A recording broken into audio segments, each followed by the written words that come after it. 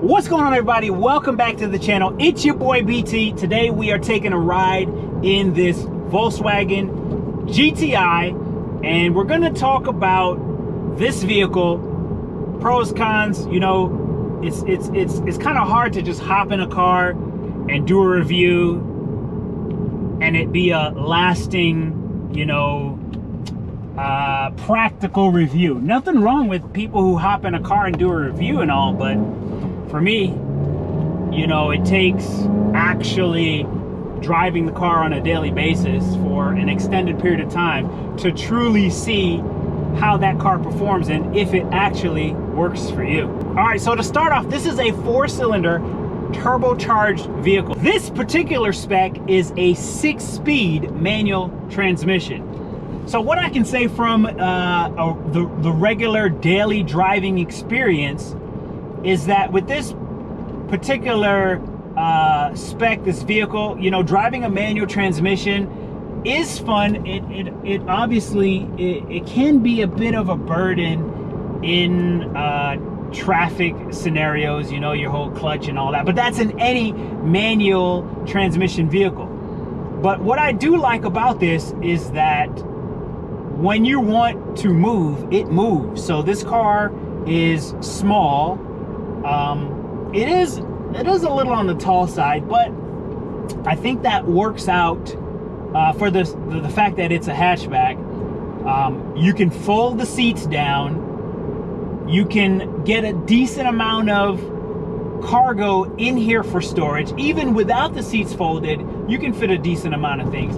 But that added benefit of folding the seats down gets you the ability to fit a lot more things in the back. But on that note, it is a little taller. So when you're pushing it, you're going around corners, you can feel a little bit of that body roll. You know, that's why there's aftermarket suspension, get you a little lower to the ground, hug the street a little better, so you get less of that turning feeling when you're driving. But to say the least, 6-speed manual transmission, the turbo, you can feel it kick in. Now, I'm driving on a back road and someone's in front of me, so I can't really kick it up right now. I'd love to just go around them and kick it up, but yeah, we'll get to that when I have the chance to really pull it.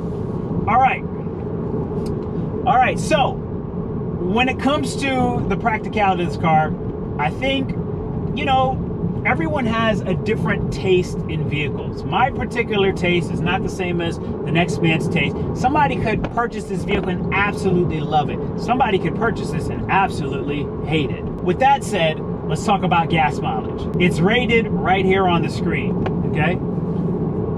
To say the least, this car gets pretty good gas mileage, so that's definitely a plus. So this particular 2018 Autobahn edition comes with 18-inch wheels. Tire spec is 225 by 40. The exhaust on this car is not very loud. You know, that's why there's aftermarket options for that. The one thing about this car that I do, you know, dislike, and you know, maybe that says a lot of what's happening with the electrification of vehicles and the channeled in fake noise, if you want to call it that. There is some noise that is put into the cabin to make it sound louder. If it's not actually that sound on the outside, I frankly don't really care for that sound. It's just fake. It's not an actual noise coming off the exhaust. It's not a real exhaust note. So that's that. All right, so let's talk about the inside of this car. So this car does have full leather on all the seats. It is equipped with a sunroof.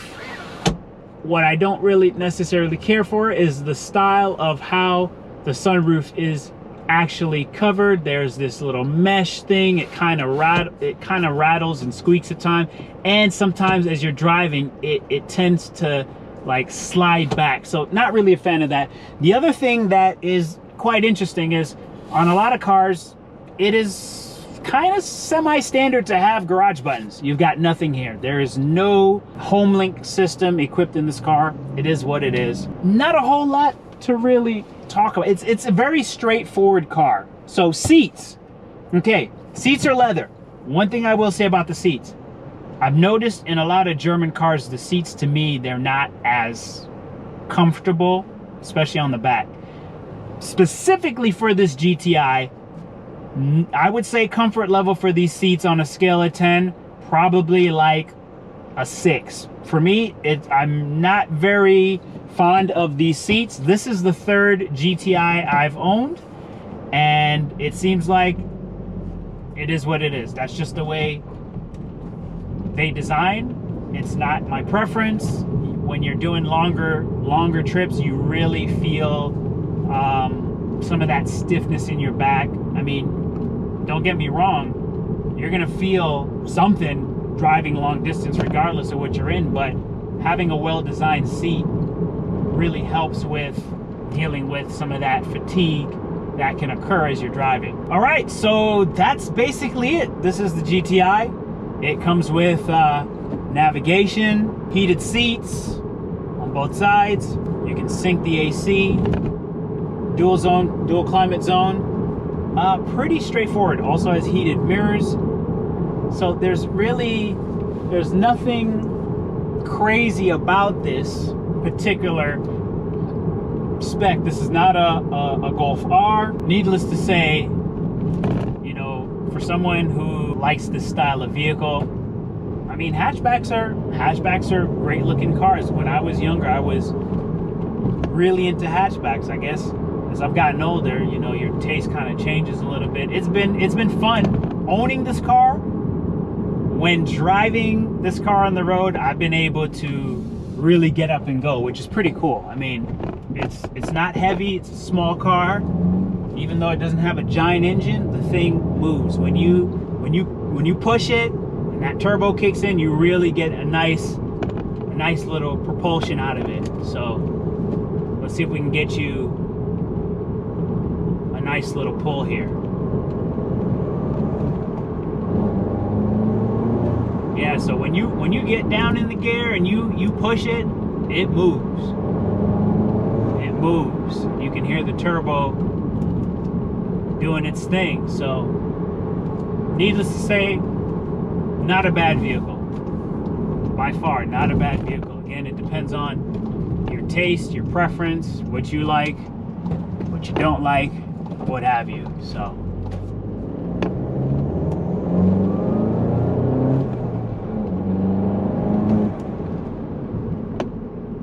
brakes, these are stock. They work pretty good.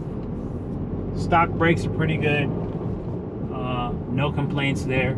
These do have the upgraded brakes compared to the standard GTI, the base model. So yeah. All right, let's go check out under the hood.